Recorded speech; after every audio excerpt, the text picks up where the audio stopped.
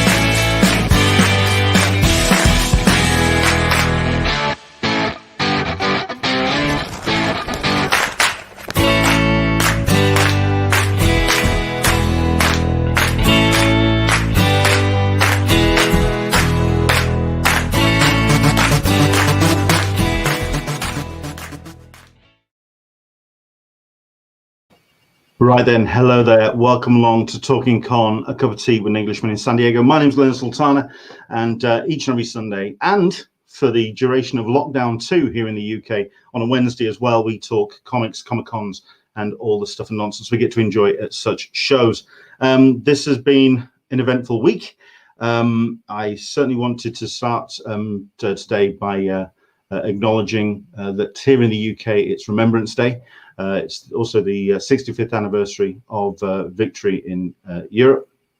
I attended at a very long distance a memorial service this morning, and I want to show all acknowledgement to those that are serving, that have served and indeed have given their lives for our personal liberties and freedoms, which certainly in the States you have been acknowledging and celebrating this week and over the last couple of weeks, and indeed last months or so, as you prepared for the US elections. Obviously, the results of those are going to be contested, so that's a story which is ongoing. But hopefully, you put your flag to the mast and you made your vote known, because the only way to, of course, be part of a conversation is to be part of a conversation. So that's what's been happening this week. But what's been happening this year, of course, has been tumultuous, to say the least, for a whole number of industries. For comics, it's been one of real ebb and flow, of real shifting sands. But there have been a couple of publishers and a couple of creators out there that have continued to strive to put incredible books on the shelves. And that's what we're going to be celebrating today, because we have ourselves three incredible creators. Oh, certainly the publishers and editors and the press as well of some of Vault Comics. We are going to be bringing to you right now the publisher, the editor-in-chief, and indeed the director of press and marketing for Vault Comics. We'd like to welcome, first and foremost, let's start with Damian. Hello there, Damian. How are you, sir? Has he got his mic? I'm quite well. How are you? Fine, thank you. And I'm we better have ourselves today than I was some 30 hours ago. That's for sure. Well, yes. I'm curious what your I will be asking what your hangovers are like, whether you have been celebrating or if it's still a case of, I mean, I think we kind of touched on this just before we came on air. It's still very much something that can be debated by parties in discussion. But thank you very much indeed for joining us. We're also joined by Editor-in-Chief Adrian Wassel. How are you doing, sir? Doing pretty well this morning. I've had a bit of health issues the last couple of weeks, and I'm feeling a lot better and super excited to be on the show, feeling good, ready to talk some comics. So excellent. And we've also got Director of Sales and Marketing, and I tried the surname when I spoke to Dan Watters, and I thought I'd got it right, and I no doubt got it wrong. So we'll see where it goes. I want to say David Dissnanyake. Close. Dissnanyake.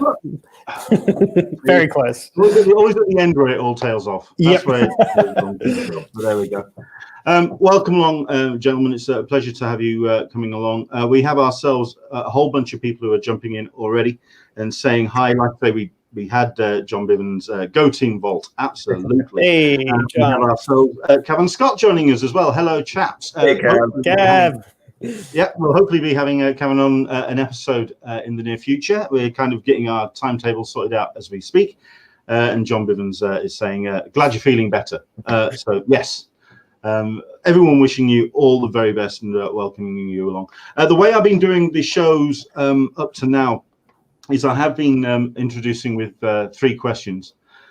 So I think we'll start with this one, just to say that my cup of tea is a big cup of tea, but it's Yorkshire tea. And it is my beverage of choice today. What is your choice of beverage you have with you today? What is your cup of tea today? We'll go around. Who's got? There's Adrian, got his mug up already. Who's that? What's that, sir? It's Earl Grey Blue, which is Earl Grey with cornflowers and a little bit of vanilla bean. And it's one of my favorites. A little local tea place makes it here in our town. So I love this tea. So it's one of my favorites. I'm one of the few Americans that drinks tea, not coffee. So yeah, coffee is my personal kryptonite. I cannot do it. I'll drink all day. Damian? I'm a coffee in the morning, tea in the afternoon kind of creature. For me, and I know this makes me somewhat unusual, but I simply can't drink tea on an empty stomach. Coffee is fine. So I'm drinking some locally roasted coffee from our favorite coffee shop, Drum, here in Missoula, Montana. Excellent stuff. And David, what's your beverage of choice this morning? So at the moment I have some OJ, some orange juice here, but this morning I did have some tea, actually. Normally I'm a coffee guy, but I'm here at my parents' house in Boston. I'm helping them out with some stuff, and they are tea drinkers. And my father is from Sri Lanka, and he goes there relatively frequently, so he brought back some really incredible English breakfast tea from Sri Lanka, which, a lot of it is grown there.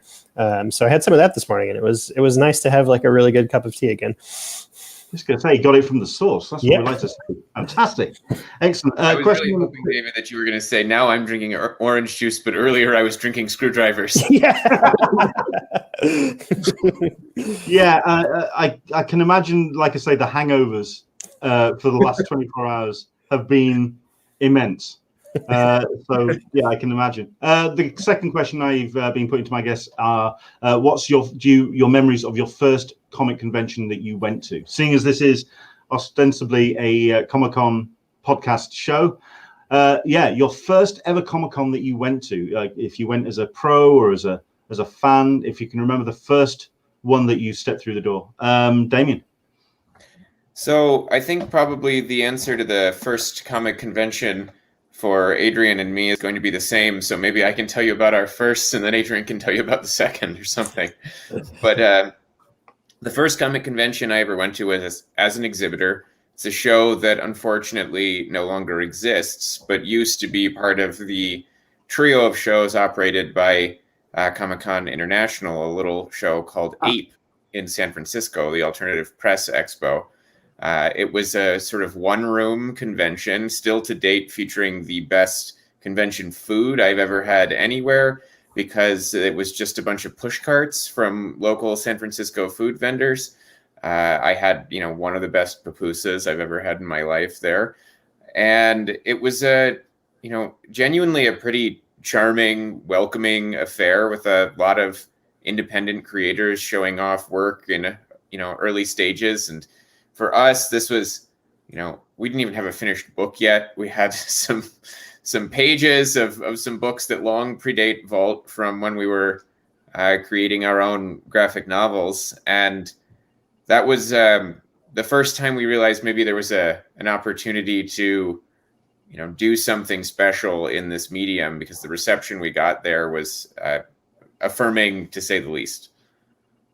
I think that's an ideal. I mean, people talk about going to San Diego to kind of make a big splash, but because it's such a big pond, I can imagine it's very difficult to make an impact if you are just getting started. With Ape, it's very much about the creators. It's about the creative strands. It kind of shaves away all of the detritus of what would be a larger con. And I can imagine it would be a great place to make an impression, also to kind of get the word out to people who really know and love the comics industry. I mean, that was certainly how we felt about it at the time. It's everyone tables there. There's no such, when there was a show, there was no such thing as a booth. There was no big setup process. You just went in and you put some books on the table, or your art on the table, or the game that you were working on the table, as the case might be for each individual exhibitor. And it was really a question of whether the work could rise to the level of someone's attention, rather than a question of whether you could hang a big enough banner from the ceiling, or get the right A-list actor to come sign autographs. And so ultimately, I've never attended another show that was more about the work people were doing and less about the work their marketing teams were doing. It might be. Yeah. I think also as well, I mean, like you say, it's something that was part of the Comic-Con, the Comic-Con landscape, the San Diego Comic-Con landscape. What do you think is where it's kind of mutated into events like SAM, and also like WonderCon, those slightly smaller shows which Comic-Con International have put on? I mean, is it something that you think has kind of taken that audience and that kind of creative juices into the other shows? I have to say, I think there's a pretty big lacuna in the convention scene left behind after Ape was shut down. So I adore small regional conventions. We've done a show in Sioux Falls, South Dakota called SuperCon many times, and it's a genuine delight. We are fans of that show on here. But SuperCon is principally a regional show in its attendance, whereas Ape attracted attendees from all over the country and nonetheless maintained this sort of intimate setting and focus on the work. And, you can gesture to WonderCon as a smaller show, but, the fact of the matter is WonderCon's still 10 times larger a show in both attendance and number of exhibitors than Ape was. And so this Ape was like a singular, it was like a library convention, right? Like you went and you could talk to everyone, but the people that came were nonetheless, amazing talent. I mean, when we were at Ape, Jonathan Hickman was, just a few tables down from us the entire time we were there. right? And they like got to meet and interact with him at the first show we ever went to. So excellent stuff. David, first Comic-Con for you, sir. It was actually San Diego. As a matter of fact, it was overwhelming. This was before I worked in the industry. I was still, deep into comics, and it was a wild experience. I knew it was big. It was right as movies started to become a bigger deal there. I think it was the year that Scott Pilgrim was the movie was sort of like the big focal point for Comic-Con. And I had a blast. I actually really enjoy San Diego for the most part. Yeah, that was my first show. It was a lot of fun. Excellent.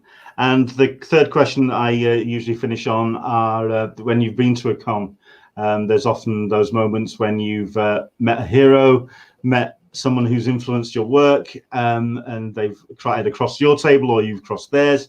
And suddenly the brain just leaps 5 foot to the left, and you end up being a little bit cottonmouth and a bit weak in the knees. Has there been anyone in particular that you can mention that has left you just a little bit unsteady when talking to them? Damien. Oh, I'm up first again. You're up first.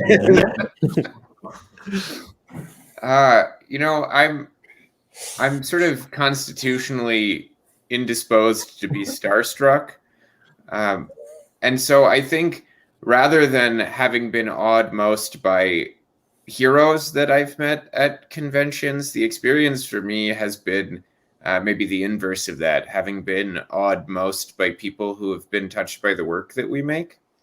I'll never forget the first San Diego Comic-Con we exhibited at. We had 8-page previews of a number of books that would be coming the subsequent year from Vault.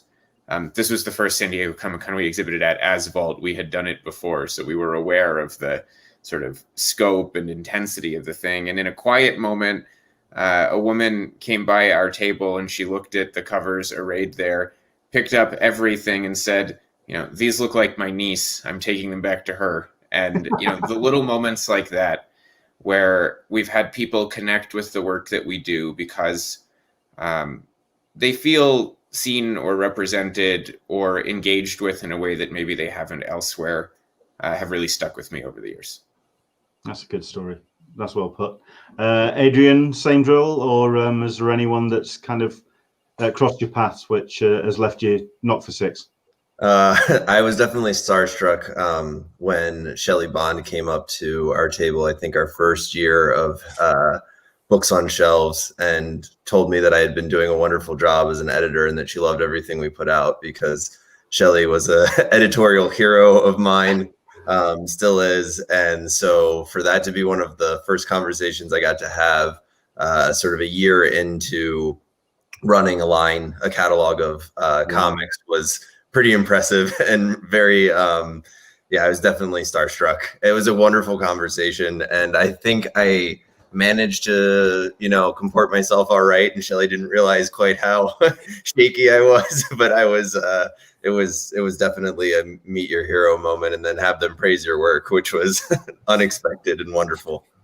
I think also the benefit of talking to Shelley, and I've had this experience myself. If you do find yourself a little bit intimidated or just kind of starstruck with Shelley, she'll just pick up the baton anyway and just run with the conversation. And she's got so much energy and just kind of will just pick up the conversation and keep going, which is very cool. Absolutely. Yeah, she saved me. David, for yourself, anyone that's kind of left you unsteady? There have definitely been, comic stars that I've met that, I had that first initial reaction of like, oh my God, I can't believe I'm talking to this person, like try to keep it together. But I try to just, interact with folks like that just as regular human beings, instead of a star. And I think it just lends itself to, having a real conversation, and by treating them like a regular human being, I think you just sort of put yourself on like an even field with them. But I will say I met Karen Berger. I think it was either last year or the year before. We chatted briefly. She probably wouldn't remember it, but much like I think most people, in comics, like a lot of folks like discovered the medium through the work that she edited. So it was a very cool sort of full circle experience to have gotten into comics by reading all of those early Vertigo works and then having a conversation, with a fellow professional. It was fun, but I think I kept it together pretty well. Excellent. I mean, I think for myself, I don't think I've ever answered this question whenever I put it forward. So I think certainly one way that I find to kind of break the ice, I found is what you do is you get them to get pissed off with you. A friend of mine was needing the telephone number of Darwin Cook for an interview that he was going to be hosting with him a couple of days down the line. He was tied up with doing interviews. He said, "Can you just go and get Darwin's telephone number? Just mention it's me and just go and get it." But Darwin was finishing off a piece for a charity giveaway that was happening at the weekend of this festival that we'd gone to. And Darwin, being Darwin, he didn't mince his words. He was incredibly pissed off with me interrupting him. And yeah, that's how you break the ice. What you do is you get a renowned comic creator to get very upset and pissed off with you and tell you to fuck off. So that will definitely do it. But there we go. From what I've heard, that definitely sounds like Darwin. That sounds like Darwin, doesn't it? Yeah. When we talk about conventions, I mean, this year has just been an absolute. It's just been a bloodbath for the not only the conventions themselves, but also for the community, which goes to not only see the talent and the creators and publishers on the other side of the table, but also just to come together as a community. It's been difficult to kind of really see the impact of what the lack of conventions over the entire year has been. What was the last convention that you actually all went to? I know that for the vast majority of people I've spoken to this year, it's been Emerald at the beginning of around March time. Do you remember what your last convention was? It was New York. We have a distributed team, so not everyone on our team goes to every show that we attend. So for Adrian and me, the last convention at which we were in attendance was New York Comic Con at the end of, the sort of relative end of the convention circuit in 2019, and we were there just 2 days after we had been at SuperCon last year. Obviously, Emerald City, which is our sort of, it's a little strange to say that a show that's 8 hours away is our home show, but it's the closest major convention to us here in Missoula. Emerald City was, canceled this year, and that was the first domino to fall in the American convention scene. So, we ended our last, convention cycle on a high note with a great success at New York Comic Con. But that's, it's the last time we've been on a show floor. That was also our first time at New York Comic Con. That was the first time we'd gone and exhibited, and it was our last show. It's sort of strange that more than a year has passed already, because I feel like that's one of the things that the comic book conventions provide is kind of like mile markers throughout the year. These big milestones, and without them, time just sort of evaporates, and you're just caught in this vacuum, this timeless vacuum.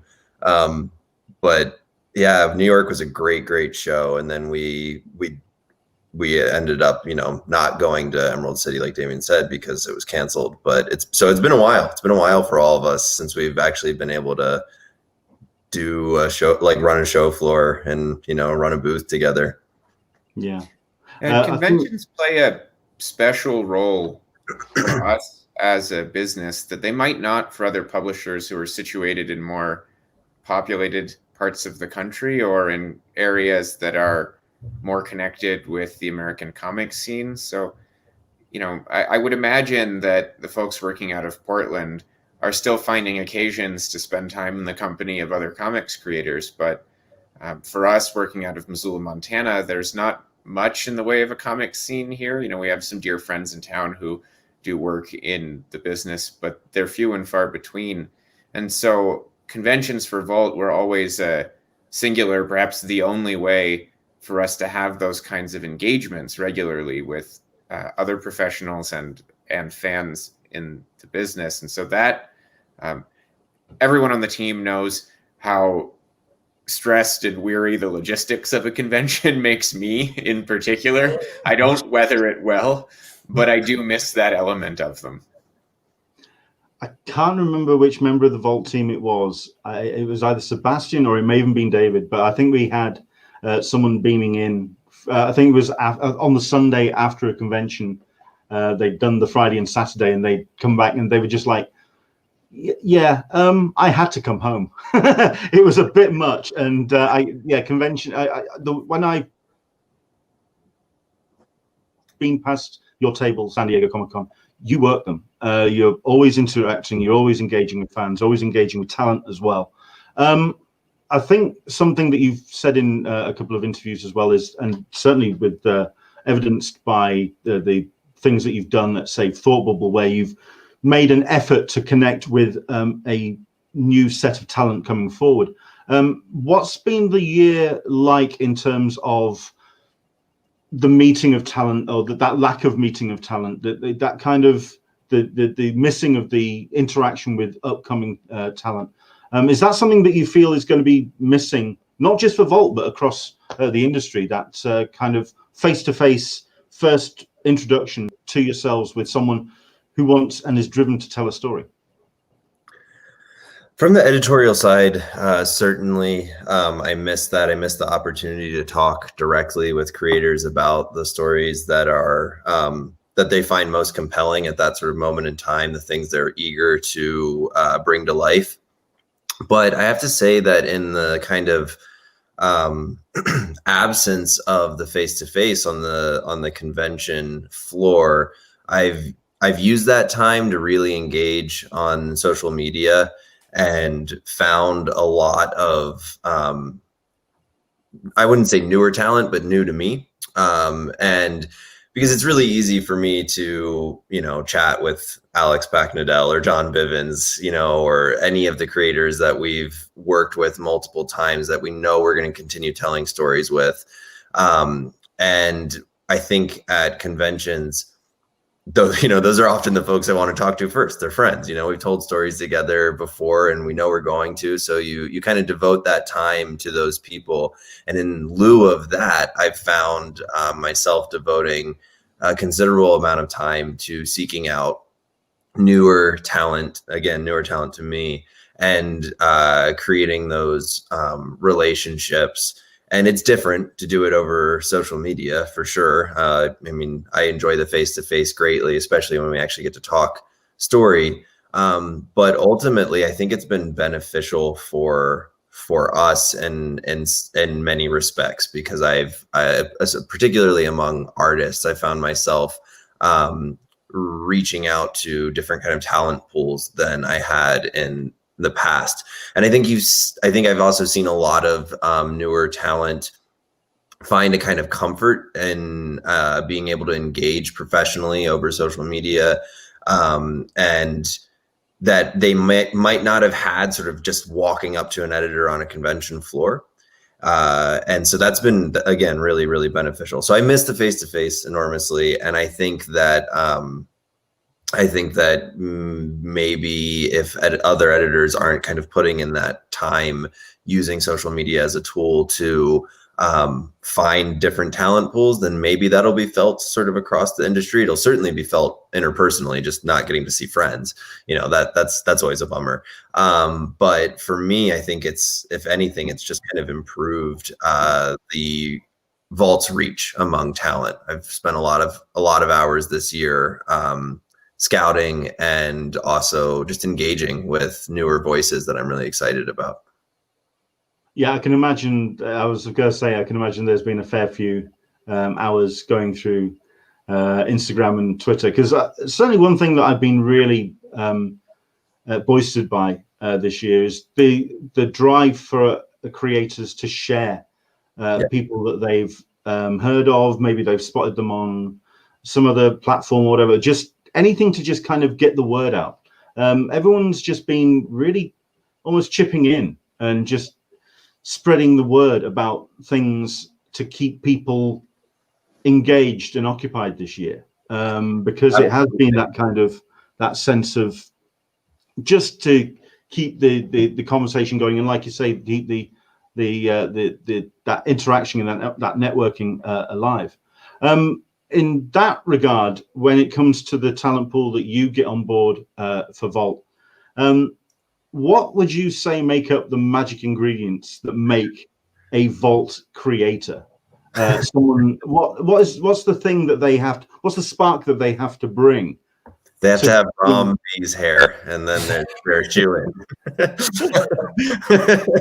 how Rom got these 7 shores was just by having that hair.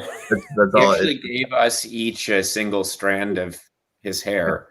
A lot of hair that We've tied that around our finger, and that's how we've managed to achieve everything that we've done. Fair enough. I mean, I think Alex is just saying maybe it's the clothes that they wear as well. I mean, he's actually turned around and said, could you ask Adrian if the spectacular tablecloth color coordination was intentional, please? Sure. It was not, but I noticed it as soon as I sat down. So my shirt just sort of blends into this. It's the coordination that makes a Vault creator special. That's what it is. So a real answer, I mean, that's actually just how big Adrian's shoulder is. I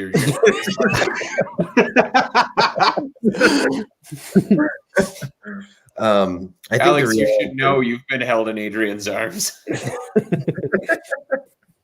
I have held Alex and Ryan O'Sullivan. Pick them both up. But I think the real answer is that professionalism and also a sort of joy for the craft. One of the things that we look for are creators that want to tell daring stories. I think I've said before, it's better to sort of crash and burn in a glorious attempt at flight than to, just kind of sit idly on the ground. And I think that's the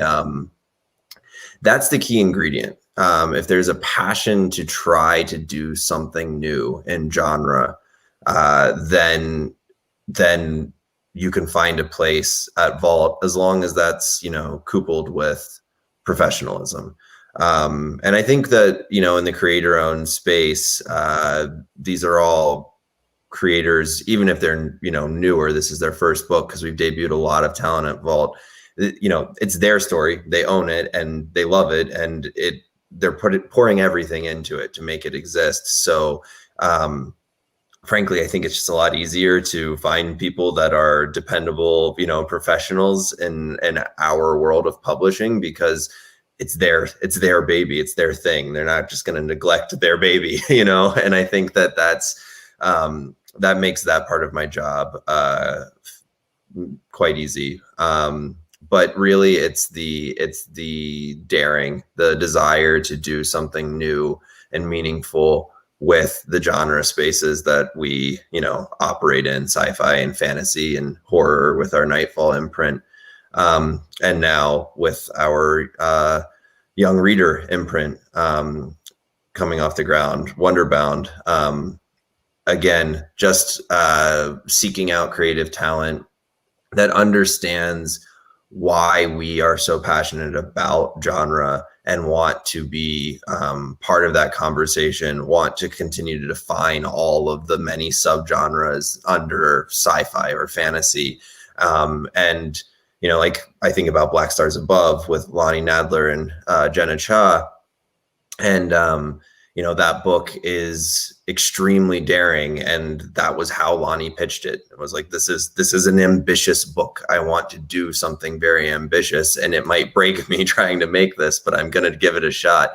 And that, I think, more than anything, is what I gravitate toward in creators.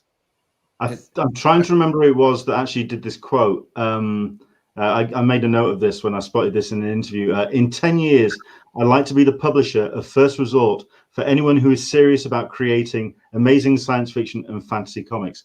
Now, I think that was idiom is one I've used a few times. Yeah, that's Damian. Yeah, for sure.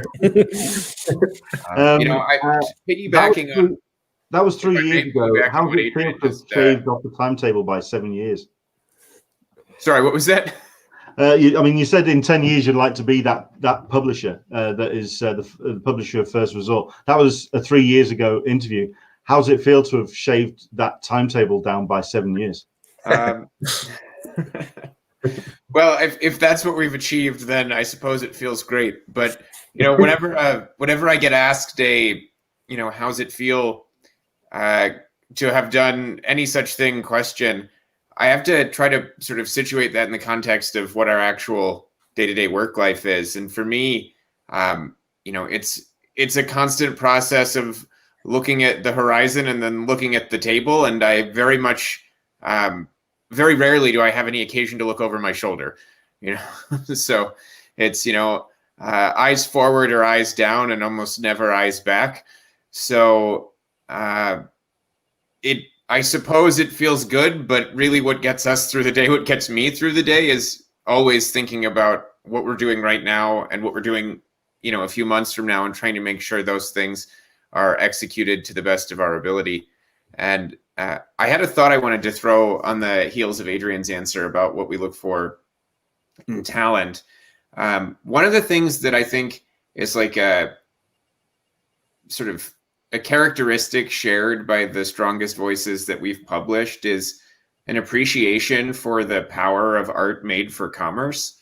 Art for art's own sake is, of course, something we all love, but art made for commerce has this just incredible expressive power to change hearts and minds. Stories are these incredibly robust tools that we've created that can bring people together, can spread truth in these really profound ways. And when you make something profound, but you also make something that people want to purchase, you've created this tool that you can use to connect with people at a distance and through time all across the world in a really amazing way. And, since he's with us today, Alex Packnadel, for example, is one of the creators we work with who I think has the most robust appreciation, or some of the most robust appreciation for, what you can do when you're making commercial art. And, as a result, I think we've all seen the kind of resonant success he's been able to build in his career. I think the thing that's kind of got me is just, I think I was being a little bit flippant there by just giving that statement that you've shaved the timetable down by 7 years. But I think it's just been the speed and, like you say, the robustness of what you've done at Vault, with the talent pool that you've gotten involved and with the books that you've been putting out. And I want to put some titles up onto the screen because you just across the board have put out some just amazing books. And not only that, but you've got books which are coming out, which are just got some incredible talent involved. I think the question I want to ask then is, you turned around and said that you prefer to look forward and instead of looking back, and I understand that. But which Vault books would you say are you each most proud of in terms of the execution, the ambition, the imagination of what you're doing with the creators have done with the story? I think I'll jump in here and say that it's impossible for me to pick my favorite children, but I think that there's something really impactful about building a first launch with creators. Maybe they've done some work in anthologies or a couple one shots, that sort of thing, but their first chance to tell a story long form in the comics medium. And we've launched a number of those titles to incredible success. I think the one that sort of put us on the map, of course, was Heathen, and really helped sustain our fan engagement for a long time, and really bring a lot of readers to our catalog who had the sensibilities that would allow them to find other wonderful titles in our catalog. But then books like Resonant and Finger Guns, She Said Destroy, titles that were a creative team's first long form storytelling in the medium, will always hold a special place in my heart, because you build a friendship with those creators, and you also just help. You see their careers begin to take off. You see them gain confidence in their storytelling. their sort of tool set grows so rapidly. And as an editor, that's just, it's kind of priceless. It's sort of impossible. It's almost ineffable. It's sort of impossible to articulate how much that means to me, getting to launch creators.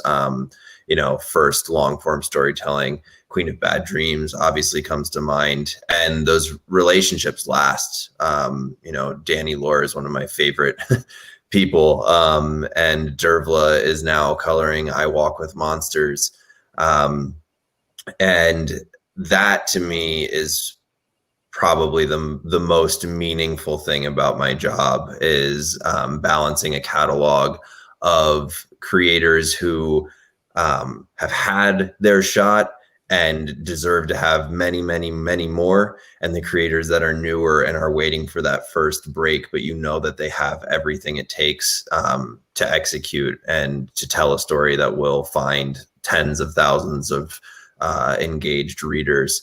And so all of those new debuts really hold a special place. And then of course the White Noise crew, those guys have been, we're gonna get there we're gonna get to they've been instrumental in shaping Vault's catalog, the kind of origin story of how they each pitched me individually, and then I learned they were collective. It was all just kind of sort of a fairy tale, but I love them all and hate them all for just different reasons.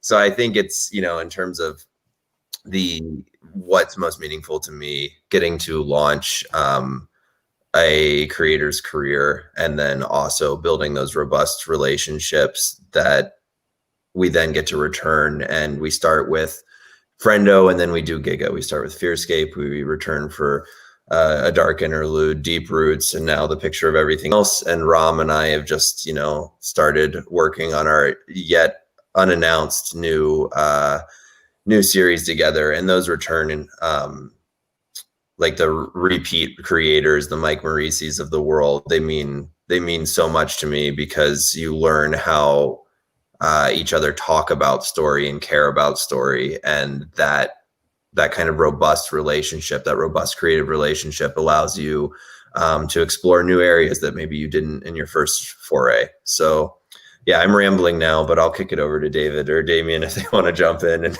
save me from rambling too much. Well, I'll tell you what, I'll ask David this, because certainly when you see some publishers and some lineups of books, you kind of can put a pin in a specific book as almost like this is the for example, the Walking Dead era of Image. This is the Div era of that particular publisher.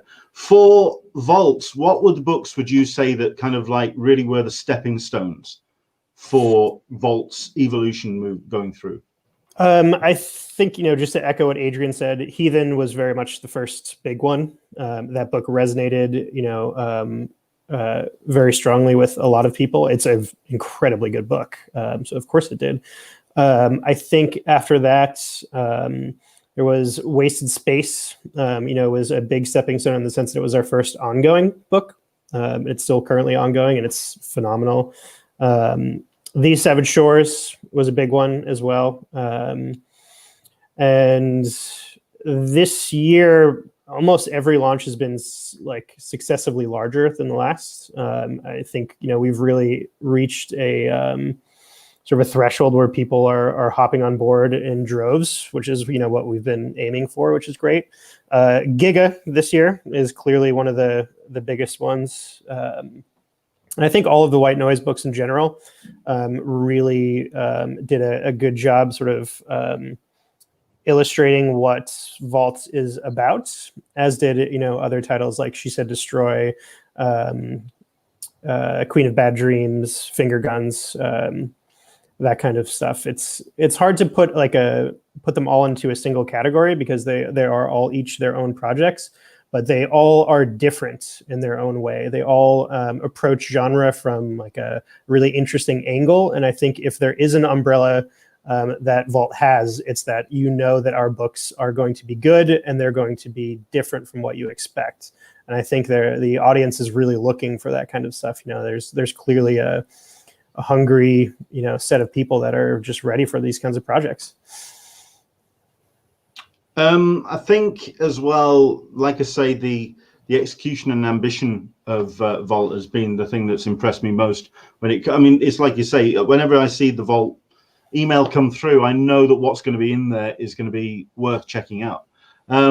I'm curious as to what you feel and how 2020 has impacted that ambition in terms of creators that have chosen perhaps to go for a different marketing model that they've. I'm just wondering what you felt or what you feel has been the biggest impact 2020 has had in the industry, not only for publishers but for creators across the board. How has 2020 made its impact felt? Obviously, the year began with some distribution challenges, shall we say. I try to be tactful when talking about our longstanding distribution partner in Public. They have a very hard job, and for the most part they do good work there. I think they and the rest of the comics community can agree that the way the year started out was probably not for the best for anyone. But something that emerged from this, from my perspective, and I think David might agree with this as well, is that it was a bit of a catalyst to sort of recreate a solidarity between independent publishers and our retail partners that had waned a bit over the last decade.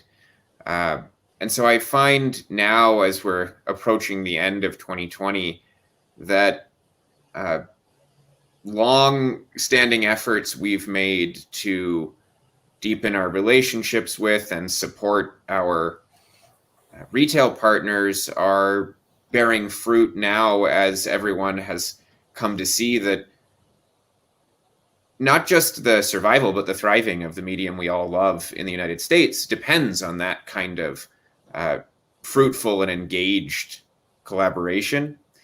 And as a result, I think independent comics are having a genuine moment right now. We've all seen the stratospheric sales numbers images leaked to our good friend Rich Johnston over the last few months, and we've seen our own sales increasing. We beat our prior #1 sales record by a margin that was jaw-dropping. I won't say what it was, but it was jaw-dropping internally, and then chased it with another string of great debuts.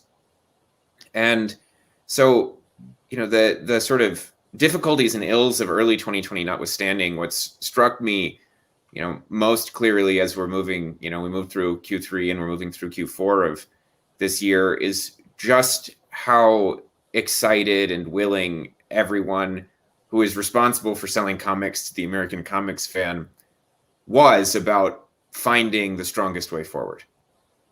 Well, we've got a question from Solicitor Meg, and I'm certain David, you may want to jump in on this as well. And the question is, how have you handled COVID?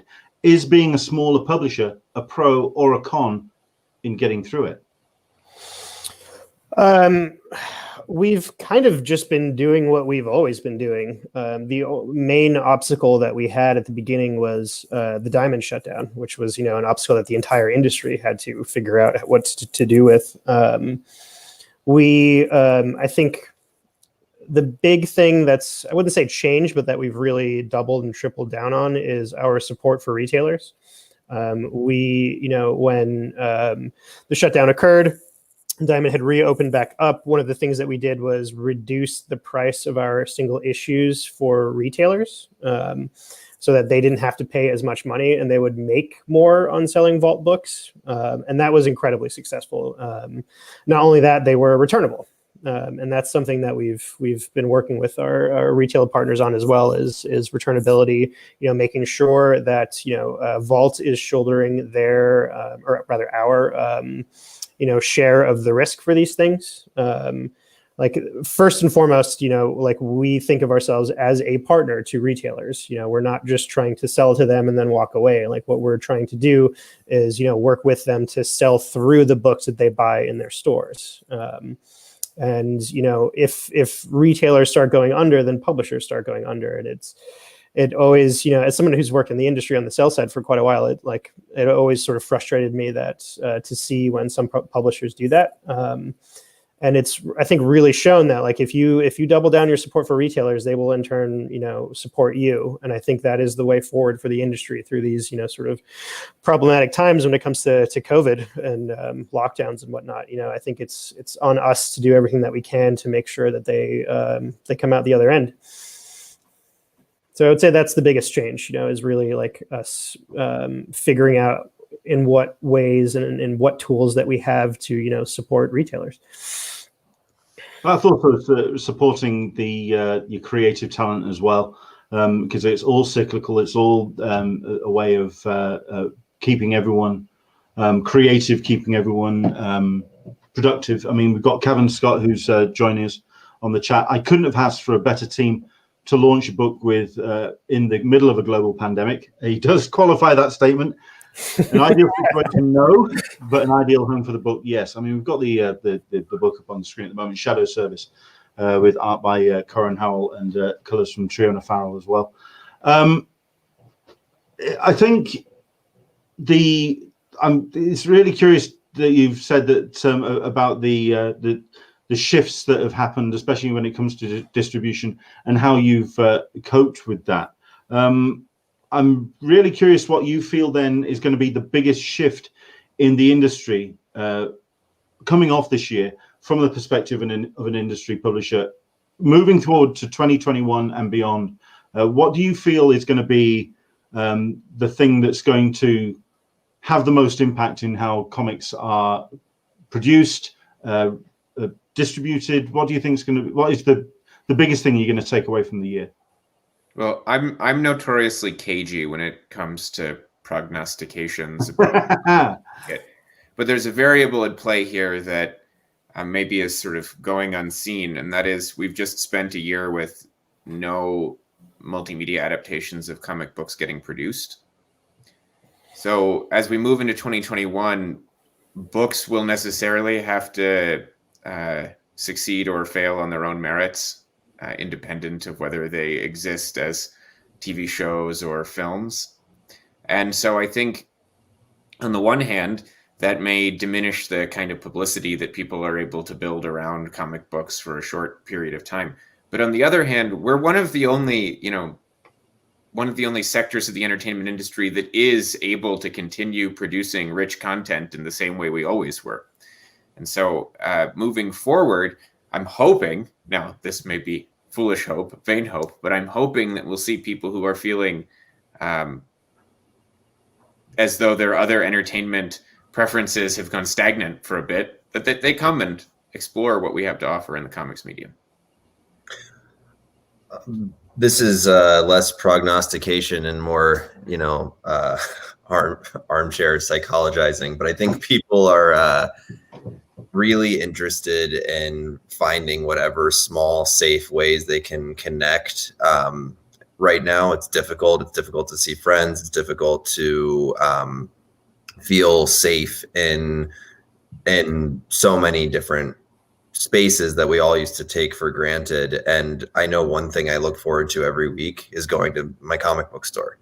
Our local shop has been so safe and careful and conscientious of all of its customers. And it's one of the places that still feels sort of ritualized and habitual and comfortable for me. I go in, I get to spend time looking at the shelf. I pick up my comics. I interact with my friends that are there at, a safe distance and wearing masks. And I have a suspicion that that kind of habitual returning to a space, interacting with friends, is going to feel more important and meaningful to readers and consumers of media and entertainment everywhere than it has in, say, the last 10 or 20 or 30 years, because suddenly there's like a premium on it.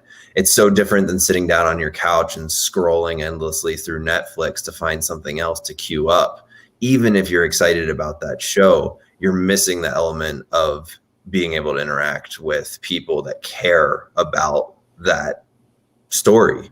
And going to your comic book store and picking up your books is a way, no matter how brief, to do that, to connect to a community, to connect to other readers, to connect to somebody who's standing behind that counter selling you the book. Probably not because they were like, this is how I'm going to strike it rich, but instead because they were like, I love comics. I love these stories and I want to sell them to fans like you. And so, I think if I've found that much solace and comfort in such a small habit and routine around the stories I love, I can only imagine that that's felt and shared by many others. And we're going to ride that wave for a long time. And I hope that what we see is a lot of people seeing, some of the things that we all used to take for granted, but how much fun it was to go rent a movie instead of just sit on your couch and pick one on Netflix. Comics demands that kind of engagement still. And this is a network of independently owned bookstores, one of the last kind of bastions of independently owned stores, in the world, and particularly in North America. And it feels especially within the entertainment business. Within the entertainment business, it feels good to support that. It feels good to be building these small communities. And I think the more we articulate it and the better we articulate that, the more fans and readers and creators will realize how valuable that is and be able to sustain it. So my hope is that we will all kind of feel that renewed passion for the space we get to share of going to a comic book store and finding the stories that we love. Yeah. This is going to sound a bit long-winded, a little bit strange, but bear with me. Something that I really took away from reading Watchmen when I was a kid was the section in issue 12 where as Ozymandias is talking about how people are consuming things in the face of a certain global situation or a global mood, that in the staring down the barrel of a nuclear winter, everyone searches for a more optimistic story. They look for more optimistic things to consume. And you also see flip sides of that as when we are in a kind of golden age, say, for example, the Obama years. That was interesting that we got a lot of dystopian stories. We got the Walking Dead. We got a lot of zombie stories, a lot of interesting kind of pushbacks in media. And I've been asking this question of the guests over the course of the summer, what you feel we could be seeing in 2021 in terms of tone of stories. Do you feel that we are going to be seeing more optimistic stories, more brighter stories? Or, I find it interesting about Giga because while that is a dystopian future, it is very much a bright. It's post-battle. It's kind of like it's nature growing through the remnants of the landscape of the conflict, and it's still it is feeling very bright and optimistic in terms of the characters wanting to move forward. What do you feel the stories are going to be that we're going to be enjoying next year or moving forward? Apart from Damian, who isn't going to look into a crystal ball at all. Oh, I have the thought on this one.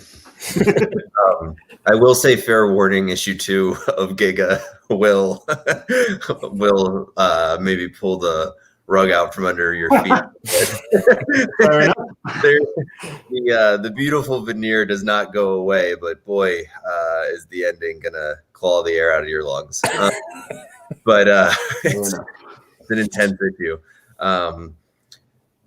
I think yes, we will see some more optimism. I actually sort of said that 2020 was our slate of hope. It was fascinating to me to see how many of our series were about hope.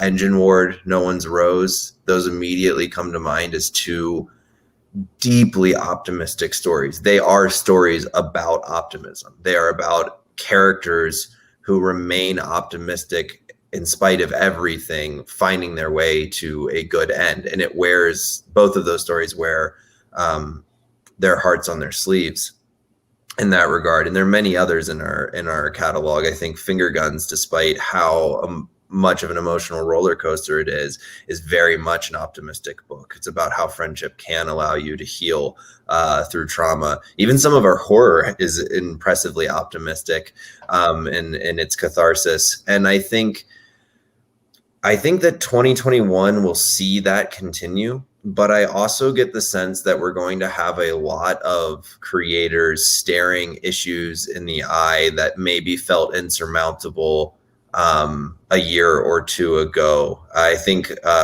particularly among American creators, there was a lot of like letting out a long held breath this weekend. And I've gotten pitches already and seen and creators circling stories that really think carefully about what it means to what really defines humanity when you strip away so much of the stuff that felt kind of like the performative end of humanity and also sort of felt essential to humanity, which is like interacting in public spaces. We've all been in these lockdowns, and I think it's forced us to confront these ideas. And we've got a number of books here at Vault coming next year. And I also know from talking to creators that there are a number coming at other wonderful publishers that explore those questions, really stare them in, eye to eye. And I think that we can expect a lot of that in the next year. I think we can expect stories that aren't trying to hide their agenda. They are very interested in engaging with the question of what happens to humanity as a collective when we are forced to isolate and kind of strip away some of the things that for so long just felt completely normal.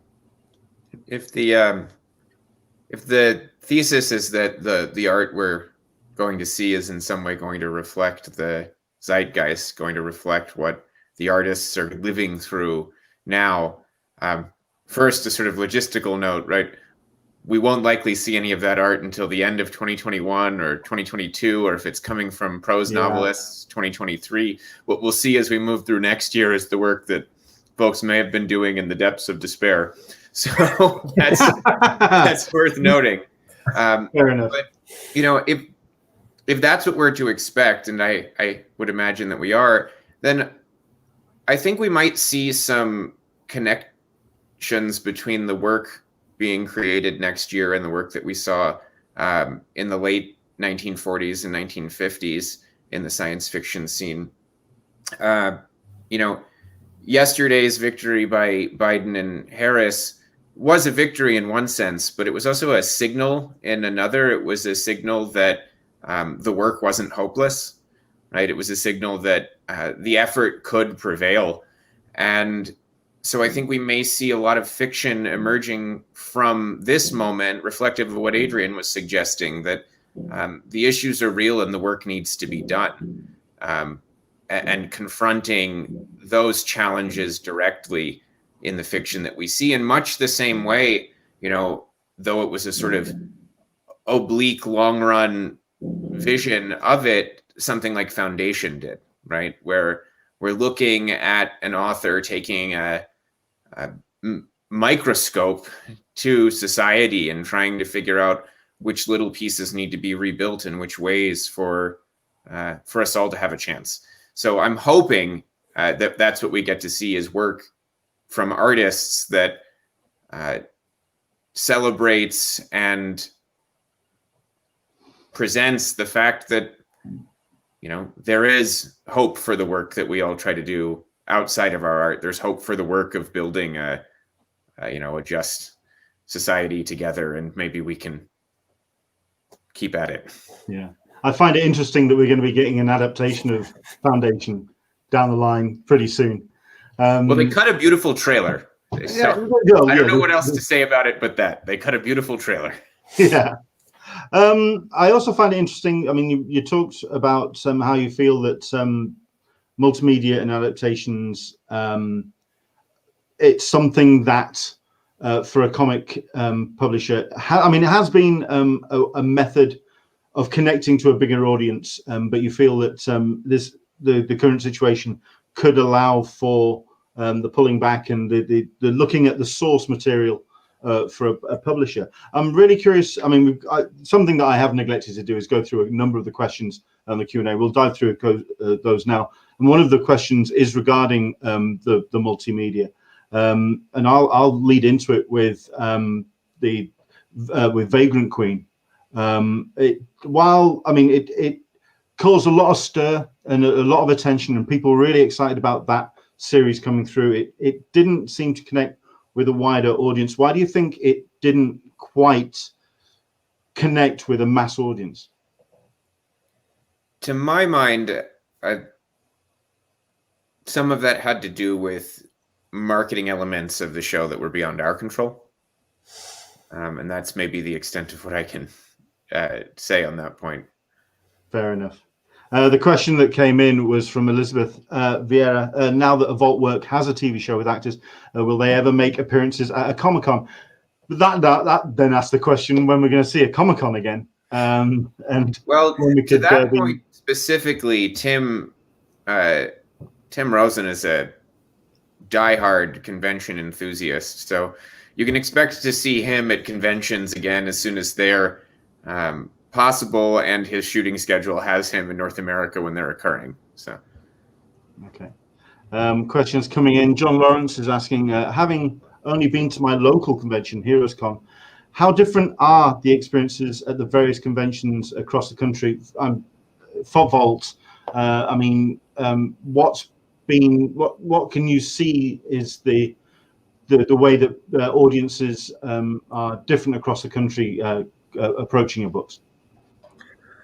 Just in terms of what we sort of sell and what people kind of gravitate to, New York Comic Con is like the comic book of the big shows. That's where people come for the single issues. We moved so many single issues at New York Comic Con. Great show to debut a #1.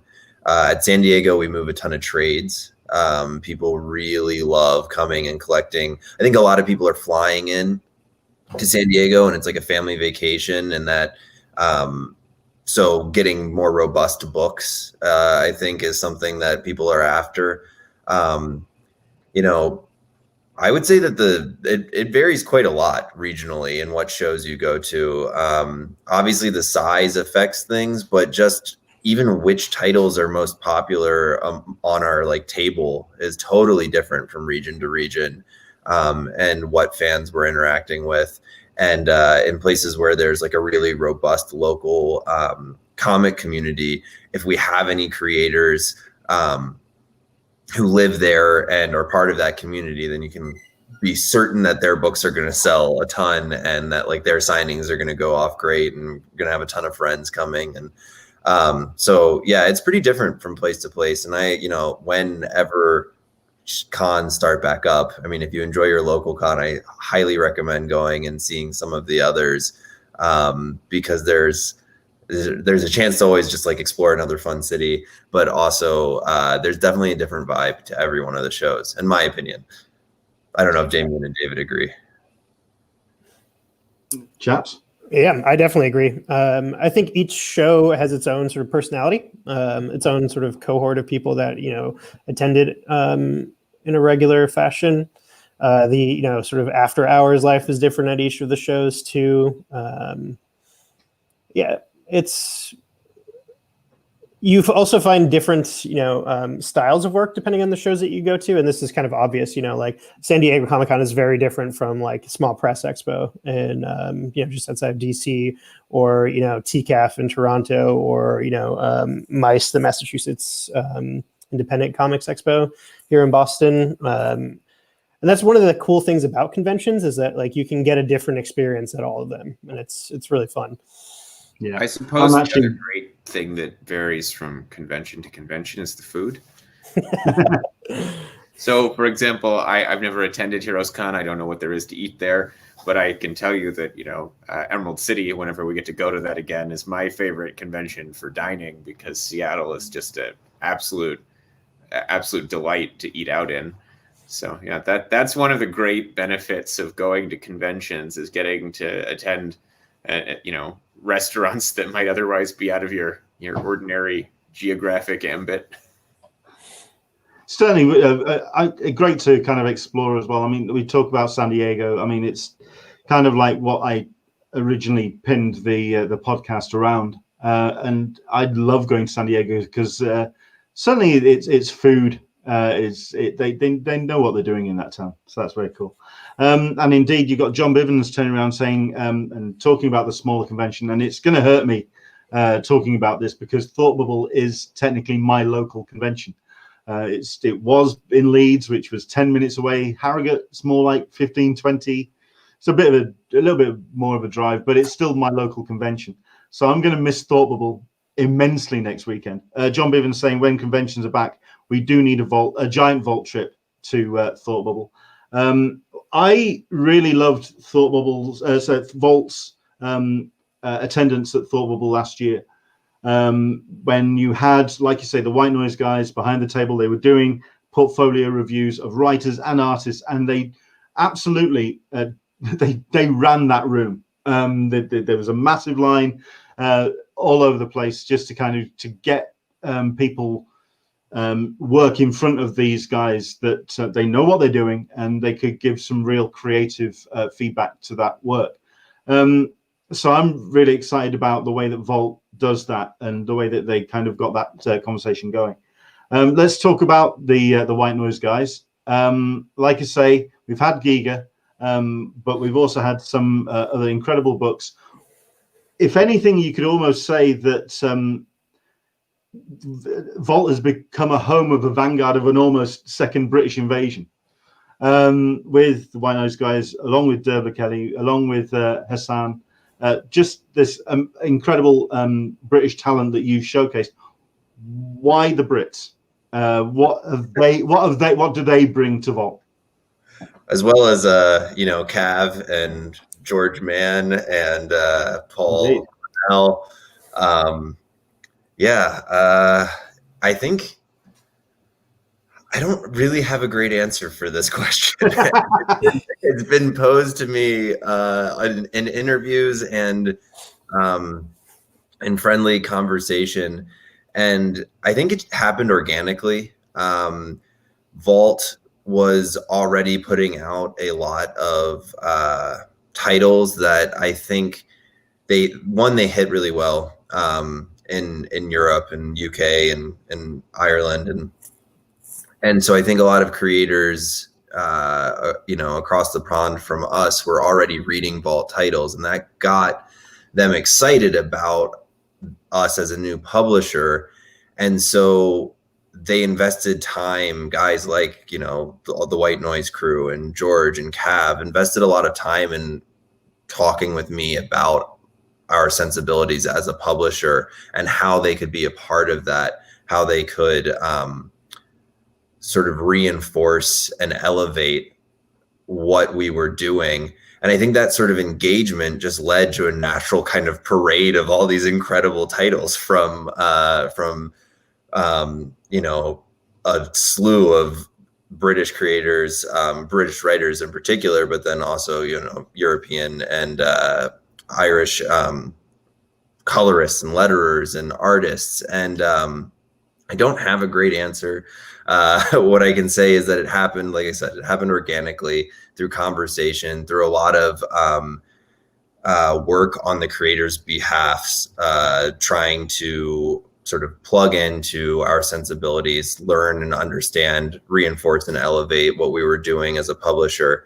And, as far as the White Noise guys are concerned, it was really kind of fun how that all came together because they each pitched me individually and I had no idea that they were a collective.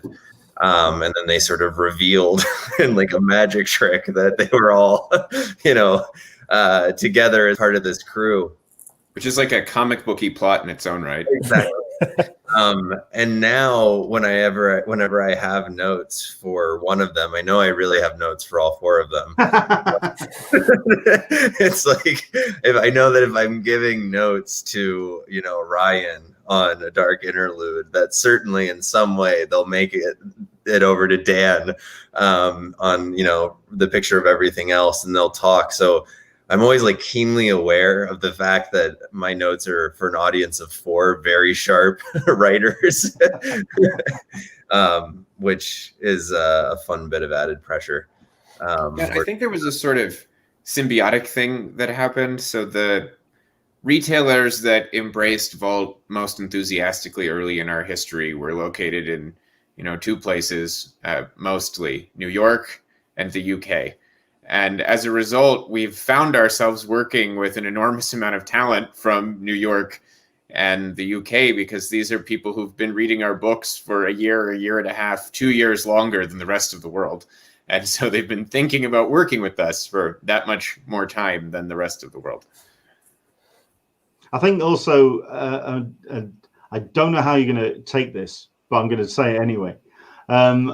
Certainly, you could point to Vertigo as kind of like that umbrella, and that the home for British voices, certainly in that first British invasion.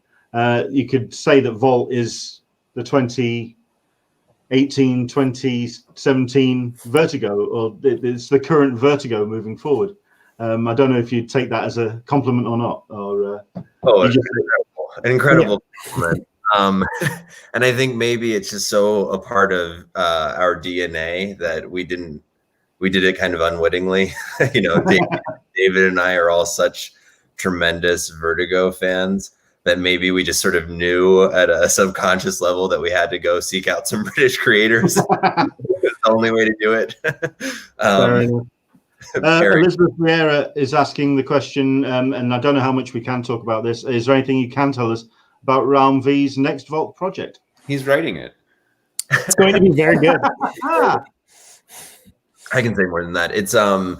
It's incredibly hopeful sci-fi, despite the kind of package that it'll be presented, and which will maybe make people, you know, a bit surprised by the end of issue 1 or 2 to see how hopeful it is. It's a book that is very much exploring some of the themes that we were talking about earlier, and showing how communities come together around art and storytelling, music. It's a hopeful, though there's plenty of drama and sadness to be found. It is ultimately a hopeful story about people congregating around art. So I think that's all I should say. What's the release timetable for that? It'll be early next year. So I could pull up the calendar, but it'll be start of Q2. Excellent stuff. We've also had this great little mini conversation that's been going on the chat between Dan Berry and Justin Richards, who's watching. Dan Berry, hey, look, it's that finger guns guy. It's a book which I didn't put graphics together. I don't know why I missed that book out, but finger guns for me has definitely been one of the highlights of Vault's releases, of the releases of the last couple of years. Justin Richards, I'll gladly accept that title. Solicitor Smeg, when you're signing at cons, do you have to hold yourself back from giving everyone literal finger guns? And Justin goes, well, I do that anyway. So there we go. And Solicitor Smeg, if you told me the comic came from you giving everyone finger guns at cons, I'd be so happy. Yeah, it's just been it's been great to see that book get the success that it has, and the audience that it has.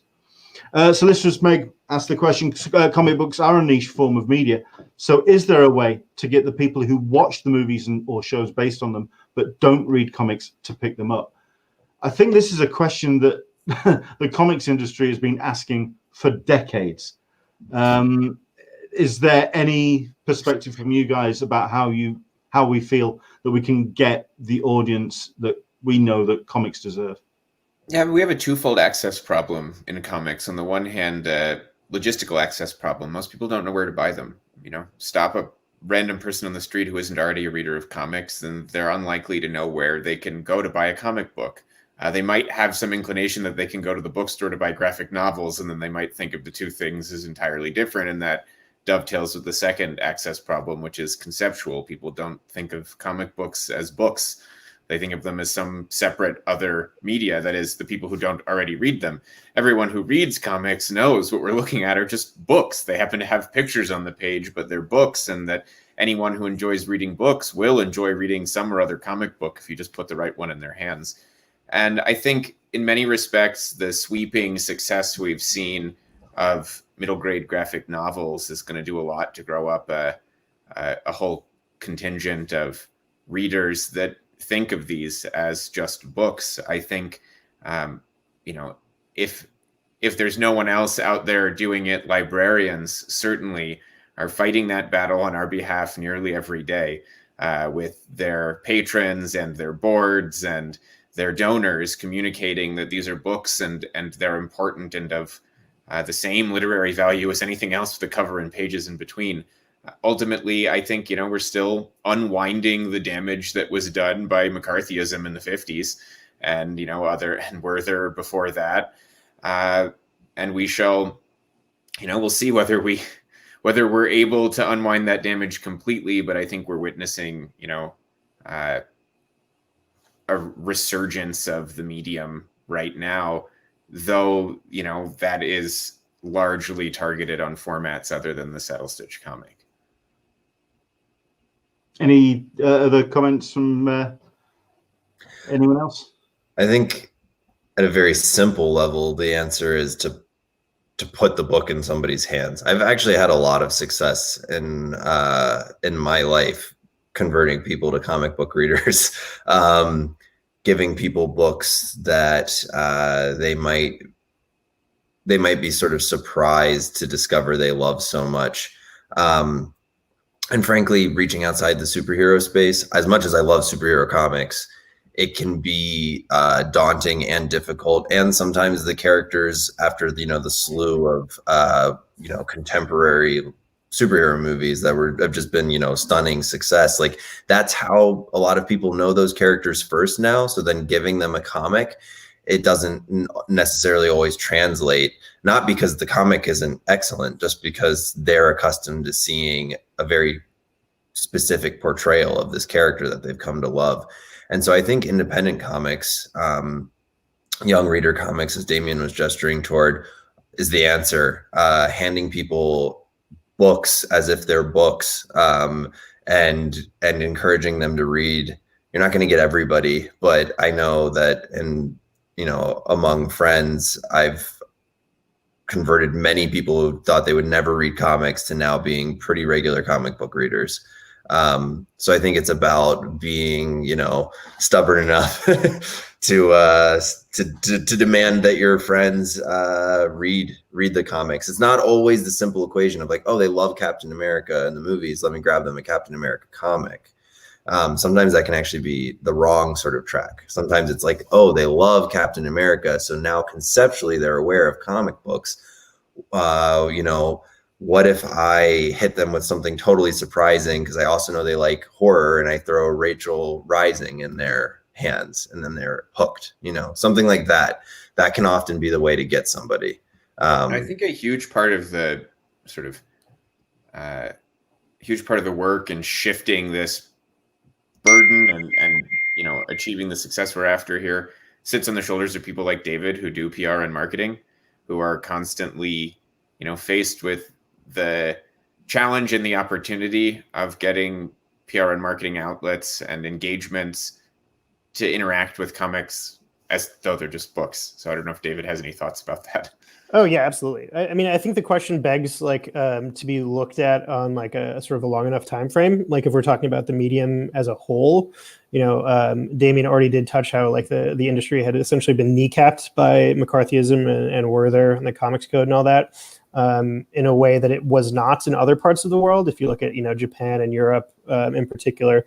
I also think comics readership is technically growing really significantly. If you look at the rise of Dogman and the sales of manga, it's astonishing. And I think those need to be sort of folded into the equation, and looking at who is reading, the sort of graphic medium that is comics. I think a lot of the more sort of tuned in retailers have in the direct market specifically have started, increasing their manga lines and their young readers sections, and have found a lot of success there. I know my local comic shop, Cape and Cowl in Oakland, California, has done so with tremendous success. And there's, dozens and dozens of other retailers. And I think, with that in mind, we're looking at the next 10 years or so of like an aging audience that are going from Dogman into My Hero Academia into whatever the next sort of phase is for them.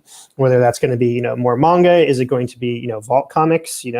I think it's going to be Vault Comics. Fair enough. Makes sense as well. I just like you say, I've been really excited as well by your young YA all ages line.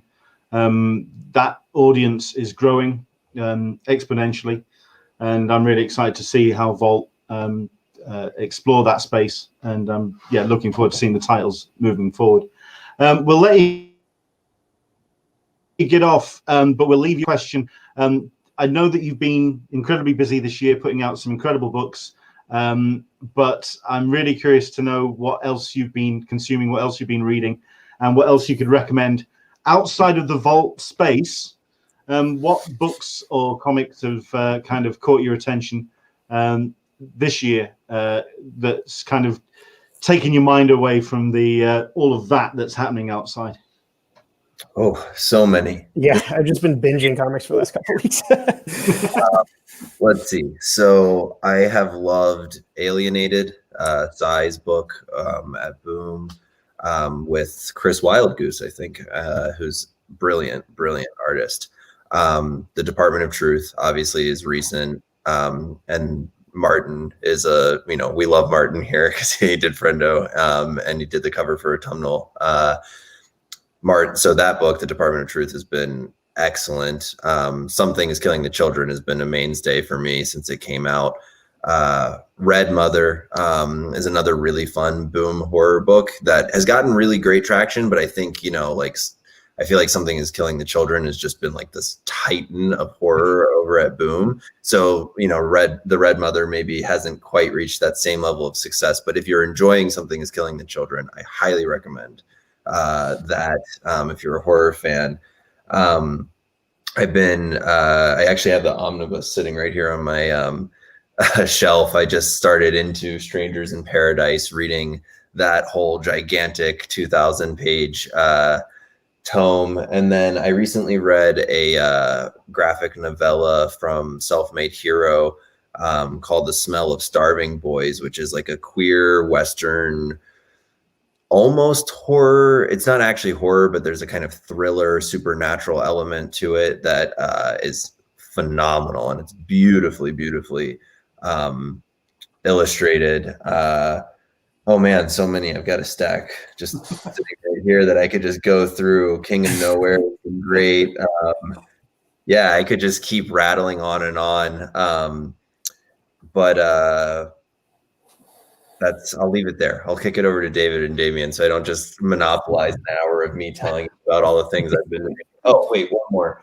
Ichiro was a really cool YA graphic novel that I just read about a young Japanese American teenager who travels to Japan and spends time with his grandfather and kind of learns about his sort of cultural ancestry, and he's lost his father. His father was an American soldier, and so it talks a lot about like the shared history of looking at World War II from two different sides of that conflict, and it's really great, and it ties into Japanese mythology. So that's another one that I really enjoyed. Now I'll shut up. Somebody rescue me. What was that title again? I'm gonna have to check that out. Ichiro. I could be terribly pronouncing it. Ichiro. Ichiro. Don't take me for the pronunciation, but the spelling is correct. Yeah, just checked. David? I think Blue and Green by Ram and Anand was a masterpiece. I just read that I was reading the end of Sex Criminals, which was great. I just picked up the first 2 volumes of Ping Pong, the manga by Taiyo Matsumoto, who's one of my favorite creators of all time. We Only Find Them When They're Dead, I really enjoyed, from Boom. Sai's Alienated was great. I recently caught up on Coda. Sai is amazing. He's one of my favorite writers. I read Providence, Alan Moore's big sort of magnum horror opus, which was a hell of a book. Still digesting that one. Trying to think of what's on my pull list. The Hickman X-Men stuff, I try to keep up with that. That's been a lot of fun. He's been doing some really fun stuff over in the X-verse. I've been reading a lot of Danny Laura's work. Danny, is also a friend of Walt's. They are incredible. I'm trying to think what else. Oh, Jimmy Olsen, Fraction, and Steve Lieber was so much fun. I binged that on the plane back here to Boston, and it was one of the best comics that came out last year, I think, or this year rather, technically. That's a good handful of what I've been going through. I've been diving back into like you say, Sai Spurrier's work. You gave him the shout out there. I've been and even Angelic, which was an unrecognized piece of brilliance. I love that book. Hellblazer. I'm still enjoying. Hellblazer. Yes, that's one I forgot. It's an incredible book. I went back and reread Undiscovered Country as well over the course of the summer. So getting into my Charles Soule, Scott Snyder area, and something which isn't my usual bag, That Texas Blood. I'm not usually into noir as such, but that really got my attention. That was a hell of a thing. Solicitor Smeg, if you're into goofy sweet manga in the Hunter or Naruto vein, welcome to Demon School. Imra-kun is excellent. And Dan Berry saying Strangers of Paradise was one of the first comics I started reading back in the 90s. I think a lot of people have been getting into that book. Did we miss somebody? Yes, Damian. So I've been subscribing to the book club, the classic book club that Brian Hibbs runs out of Comics Experience. That's his store in San Francisco, and so we've had some, really fun things. So it's gotten me into a reread of Hellboy, a reread of Alan Moore's Swamp Thing. The most recent selection was Kingdom Come, and then alongside that, I've also been rereading 100 Bullets. So I've been doing a bit of a classic reread lately within comics, and then alongside that, I tend to read, probably spend more time of my day reading prose than ideal, but I've been doing a lot of reading of political history lately, and reading some Rick Perlstein about the reemergence of American conservatism in the 70s. So that's been interesting. Timely. Excellent stuff. Listen, I'm going to let you guys go. If anything, because I think David's computer is close to frying at this point. So I don't know if losing David. Adrian and I have a lot of work to do in the Montana snow. So absolutely. Guys, it's been an absolute pleasure talking to you. I hope that anyone who's been watching this, if they haven't really dived into all of the corners of what Vault is putting out at the moment, do it, because there hasn't been a weak link in the chain so far. Every single book has just been absolutely blowing me away, and I'm certain. If you're looking for a place to start, go to your comic shop on November 25th and pick up I Walk with Monsters. Earlier, we were asked to look back in our catalog and identify favorites, and I didn't do that. But looking forward, I Walk with Monsters absolutely blew me away. So yeah, same here. It was a astounding piece of work. Excellent. Where is the best place for people to find out more about what Vault's coming up? Because I did pull a number of the titles from the website, which is still looking at some previous titles. It's not so much looking at the forward thinking. I think it's other social medias that you kind of are pointing people towards when it comes to keeping up to date with what's happening with Vault, where is the best place for people to go? Twitter, Facebook, Instagram, all three of those are great. Twitter, I think you'll get like the most kind of back and forth engagement. Facebook is probably the biggest deep dive, and then Instagram is where we get to show off all the pretty pictures.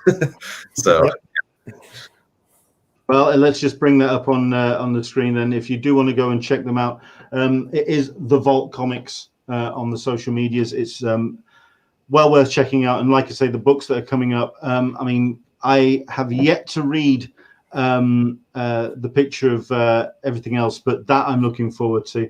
But like I say, Giga is at the moment one of my books of the year. I'm really a fan of that, considering that by all account, issue 2 is just going to kind of knock me for 6. So yeah, we'll go with that. Okay. David, Adrian, Damian, thank you so much indeed for coming on. It's been an absolute pleasure. And yeah, looking forward to hearing the other side of the discussion when we have the White Noise guys on at the end of the month, hearing what they talk about in regards to Vault. So we'll see what they say. Anything they say. Yeah, don't believe them. It's all lies. Thank you so much indeed. Take care and enjoy the rest of your Sunday. Yeah, thank you, Leonard. Well. Yeah, it was a pleasure. Bye, everybody. Thank you. Bye. So there you go. Once again, do go check out their social media. Go check out and see what they're up to. The Vault Comics, very much for myself, one of the highlights of the shelves out there, and they are just putting out some incredible titles as we speak. So there we go. Thank you very much indeed for watching that, our Vault special. We have got ourselves some incredible episodes coming up, and I want to share them with you because I'm really excited about who we have got in the next couple of weeks, and also what's coming up when it comes to the podcast going forward. Because over the course of the summer, I wanted to kind of occupy my time throughout the course of the week. Provide some form of space for a community that would usually be going to a Comic-Con, somewhere to go and somewhere to congregate. So I also did the Wednesday shows during the UK lockdown over the course of the summer. As it happens here in the UK, as of last week, we are back in lockdown number 2, which means we are kind of really stuck with kind of occupying my time. So I decided that certainly for the next 4 weeks, I am going to be going back to twice weekly, which means we're going to be doing shows on Wednesday and Sunday. This week, I think I've got a guest lined up. It's got to be said, it's the Wednesdays I actually don't have guests for yet. I've got some conversations going and maybe some ifs and buts. Kevin Scott's turned around and said he's going to look in the diary. But we've also got a couple of incidental episodes coming forward as well. So let's go into what's certainly going to be coming up over the course of the rest of this month, going into the beginning of next. We do have a special show that's going to be happening on Thursday, which is going to be an incidental episode with Editor-in-Chief Heather Antos, who's I started reading her work and her stuff with comics when she was at Marvel. She's now currently with Valiant Entertainment, and she is spearheading what Valiant are doing moving forward. I'm curious to talk to her, if anything, because it's a name that hasn't really been spoken when it comes to the period of lockdown and the summer of the pandemic. Valiant have been releasing books, but they haven't really gotten all of the attention that maybe they should have. Let's talk to Heather about that, about her thoughts on the current landscape of comics. And yeah, really curious to catch up with her, seeing as it's been a while since we've had her on the show. That's Heather Antos. That's this Thursday. We do have an episode on Wednesday, guest to be confirmed. Next weekend, yes, we have got Scotty Young, and that has been confirmed. He is going to be joining us. I spoke to his contact this week. It's all confirmed. I was hoping that we were going to do something a little bit different with it, maybe have him do some artwork, because I know that he's not entirely comfortable with doing podcasts. But as it happens, he said a straightforward interview, straightforward chat. That's what we're going to do. It's 10 a.m. Pacific, 1 p.m. Eastern, 6 p.m. GMT. That's next week with Scotty Young. A name you may not recognize for the weekend after, Sunday, the 22nd of November, Mike Shashini. or Cecchini, yeah. You may not recognize his name, but you definitely recognize the site which he is the editor-in-chief for, and that's Den of Geek.